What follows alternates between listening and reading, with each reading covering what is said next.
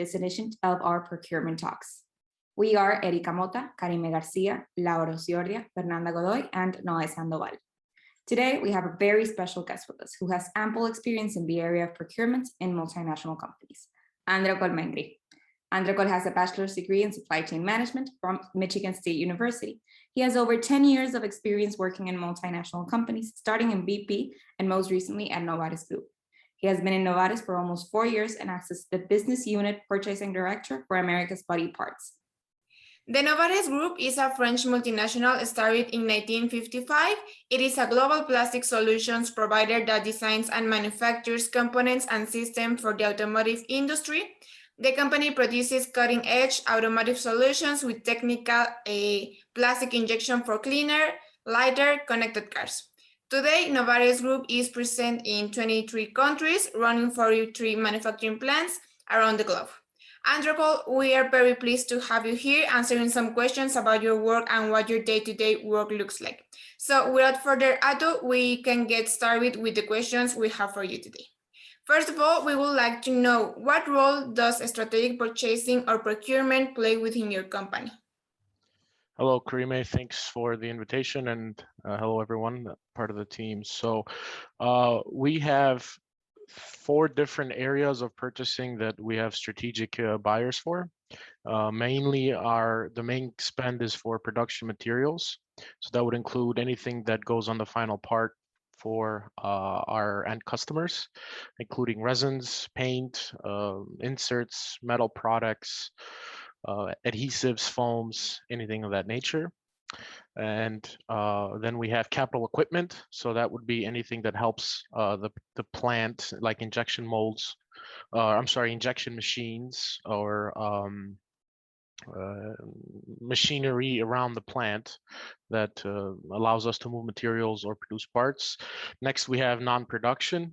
That is everything that doesn't touch the part. Around can be simple cleaning services, but also gets as deep as contingent labor or staffing for the facilities.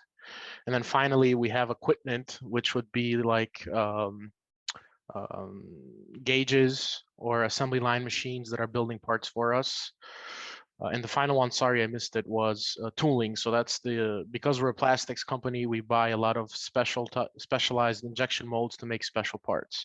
So for all of these categories, we have what we call commodity buyers. And these commodity buyers specialize in a family group, let's say, of suppliers. So for production, let's say we have a commodity buyer for resin, we have a commodity buyer for chrome products, we have a commodity buyer for rubber products, metal or steel products.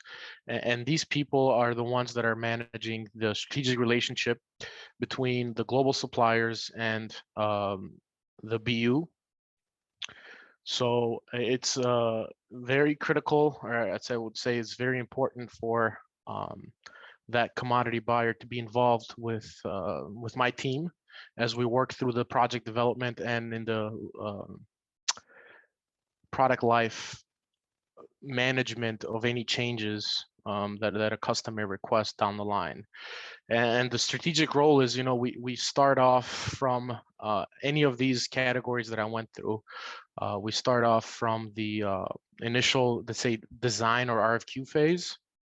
And we have an internal procedure that we follow. Mainly, it's based on 3 phases or 3 steps. The first phase is obviously just identifying the need or the scope of work. And this is given to if it's a project item, it's given to the project item. If it's a serial life item, it's given to the plant buyer. Then this is then presented to what we call internal sourcing committee. And this, based on the scope of work, we have the identified supply base. And these are the people or the institutions that receive the RFQ.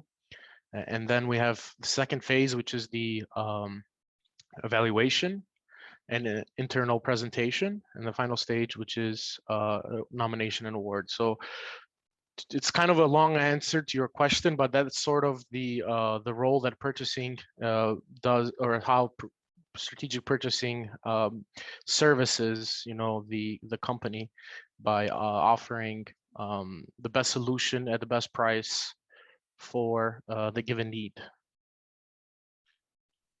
All right, thank you, Androkol. Now let's move to the next question. What is the yearly ADM level that your team manages?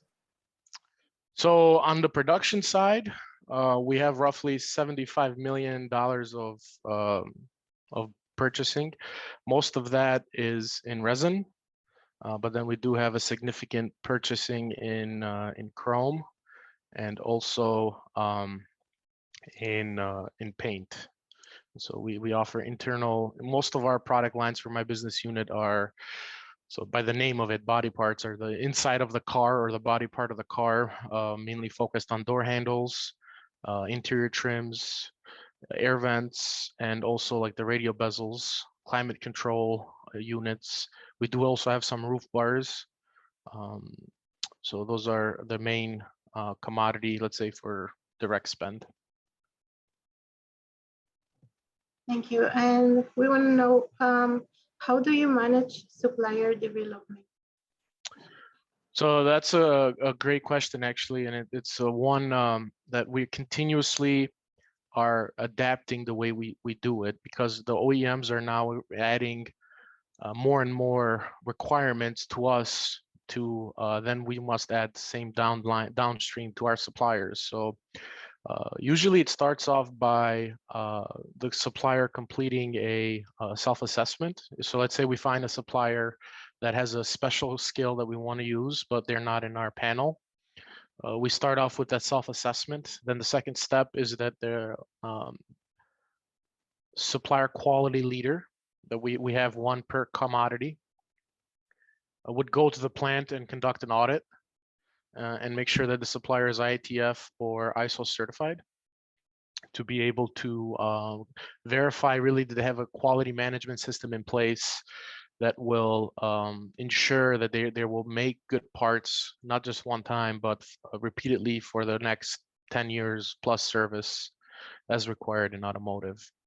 And then the commodity team also plays a role in that space, because the commodity managers are the ones that are managing the global contracts or the global relationship between the supplier. So they are trying to marry up, you know, the needs of the project teams or the plants with their suppliers that are, you know, giving us the best conditions globally for prices, rebates, payment terms, productivity year over year, VAVE ideas. And then we also do have a supplier scorecard. So that is how the supplier has been producing or shipping to the plants throughout the years. And then mainly looks at the service rate, so the on-time delivery. It looks at the supplier's PPMs, if they are shipping good parts or not. It looks at the supplier incidents. So what that means is it's a KPI for us internally. And if we have a failure at a customer due to a bad supply part, then that would also count, you know, as part of the supplier scorecard. And finally, I would say, you know, that we're trying to reduce the number of suppliers we have right now, because at the moment, Novaris, you know, is sort of 3 different companies that were merged together. And we have because of that, you know, we have a very large supply base, and we're trying to work towards standardization and trying to work towards number of supplier reductions, you know, because you can't really develop too many suppliers. You have to pick your core group that you believe are the best partners for you long term, not just on price, but overall partner for quality, for deliveries, for support on challenges, or support on in failures that you may have during the project phase, or even the launch phase. And even in serial phase, you always have problems that come up that, you know, you never could plan for. And it's important to have that partner that is going to give you not just a cheap price, but that's going to give you support throughout the whole life of the program. Okay, thank you. Well, now that we know how the role that the suppliers play in the company, we want to know about the buyers? We know it's a kind of a big team. How do you measure the success of the buyers in your team? So I have, let's say, two teams. My first team is the plant buyers. So per plant, there's one buyer. There's 8 people. Their KPIs we sort of talked a little bit about in supplier development, but the most important one is productivity. So that's the buyer working with a supplier to identify opportunities for cost reductions, VAVE, bring value to the business through supply management. And the way that they bring that value is by cost reduction. So that's one of the most important indicators that we know if we have a good buyer in the plant. They're able to identify and bring productivities year after year for the group. The second KPI that we manage, or that we're responsible for, that my team I also evaluate them on, is the payment terms that they're negotiating with suppliers. Obviously, we want to have the most favorable payment terms to us. As OEMs keep extending payment terms, we have to manage the cash flow. So it's a very important aspect of the business. You can't have too much cash out. You always need to try to balance cash out with cash in. So it's a very important KPI as well.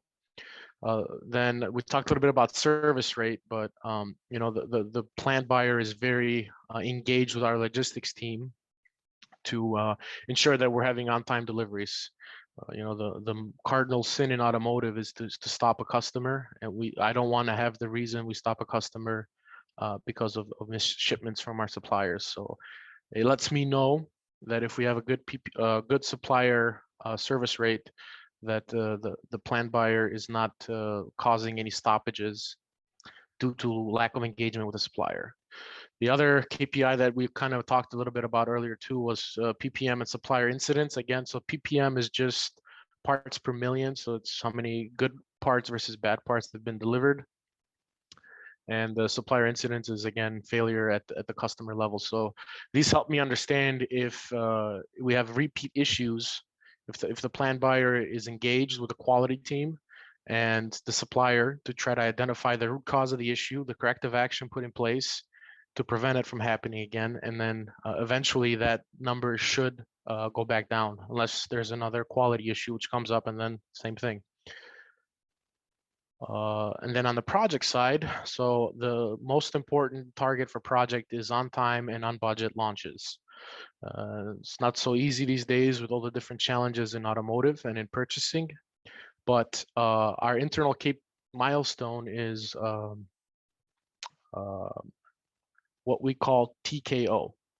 So at tooling kickoff, that's the injection mold kickoff, we want to have all of the suppliers identified and more or less agreed and sourced. Now there's always changes, and the change may dictate a new supplier because the change is so drastic that the current or the proposed supplier cannot meet it. But that is the number one evaluation I use for my team on the project side, that they are sourcing on time to TKO target date.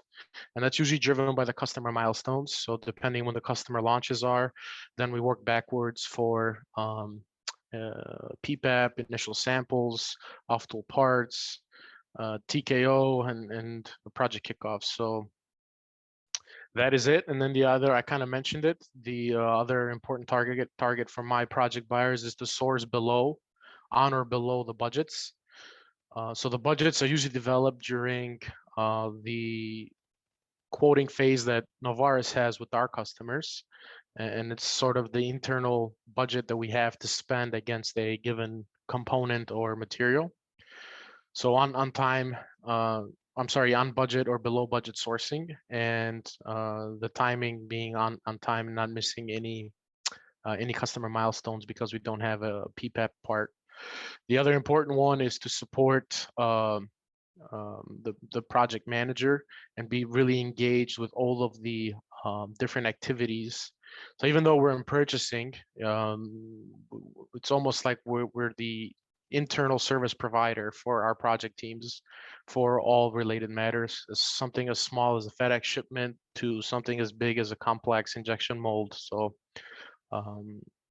those are the main ways that I can try to evaluate how my team is being successful or not. We do have weekly meetings, and we do have status reports that we're going through during those meetings. Okay, and now talking about money and prices, how do you usually handle the strong price fluctuations? For example, how has your team addresses the recent price hikes? Yeah, so if we don't talk about 2021, it would be a little bit easy, but 2021 has been one of the most challenging years ever, especially in non-automotive sector. Every single market has been impacted, from labor to trucking rates to costs for carriers, costs for containers from overseas shipment. And it's really been a very chaotic situation to just try to ensure that we are able to ship to the customer on time. So with that being said, the way we try to manage it is to look at the internal what we call cost breakdowns. So at the nomination phase, the supplier is obligated to share with us the cost structure that makes up the final price per part that they sell to us. And when they come to us with a price increase, we again request the same cost breakdown, trying to understand where's the cost driver.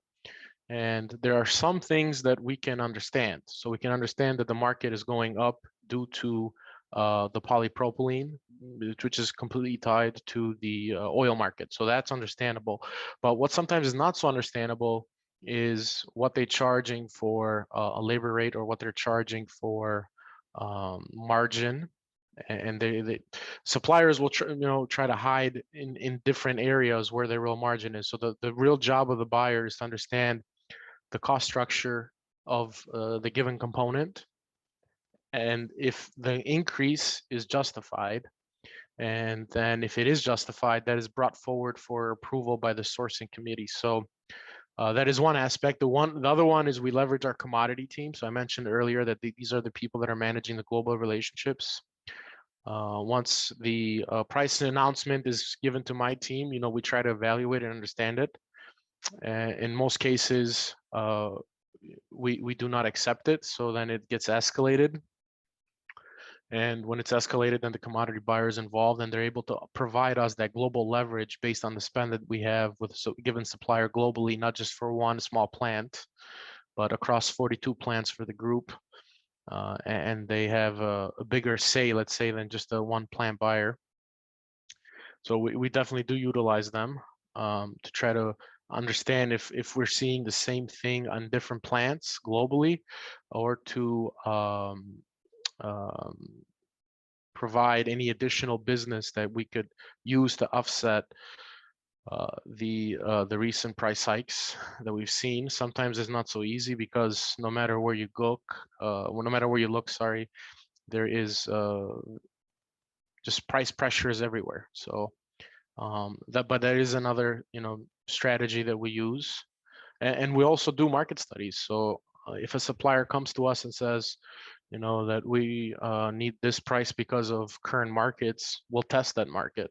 We'll go to their competitors and offer that same scope, same volumes, to see what their prices are, and try to get maybe a better understanding of the commodity market that we're talking about, and if it's justified or not. And in the case that is justified, then that price increase is approved, and we have to supply information to our business team so that they're start engaging our customers for recovery on those increases. Okay. And how do you adjust the yearly purchasing budget, and who is in charge of this? So the yearly purchasing budget is really driven by the plant, I would say. They're able to see the customer demands, and based on what the customer wants to buy, it will drive our production planning, which will then drive our purchasing needs. And this is usually done by the plant controller. Across every plant, they have one. So then that gives us somewhat of a budget for what we're going to buy. And through that, that's also used to identify our purchasing productivity targets based on what we buy. Where do we think we can achieve the cost savings at? So I think that's, yeah. Okay, thank you, Androgo. Now we've listened to some of the terms we've heard in class now applied on a company, which is kind of good for us. But now, if you were to give a recommendation to us college students that maybe want to pursue a career in procurement or purchasing, what will you tell us? It's interesting in purchasing, you're always the customer.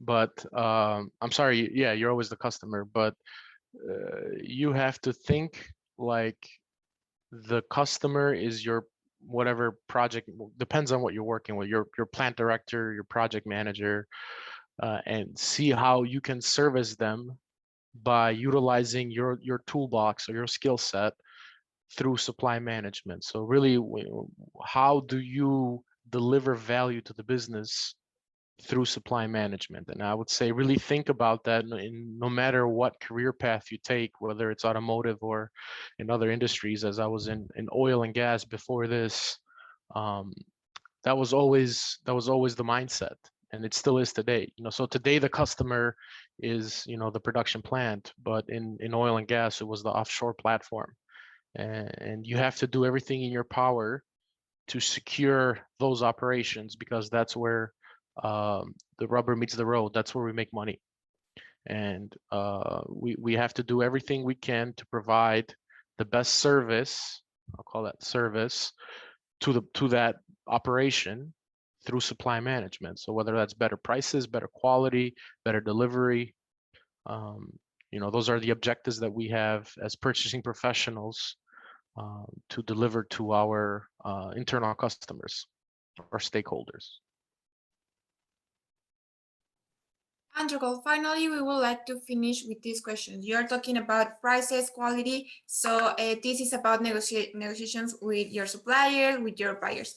So how long does the negotiation process for contracts for large purchases usually take? What time span do they cover?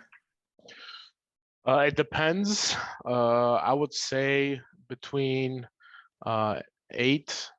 8 to 12 weeks would be on average time, because you're going to have multiple negotiations ongoing. You're going to have multiple changes that are going to come to your way that you were not expecting in the beginning, that you have to go back and reevaluate with the suppliers.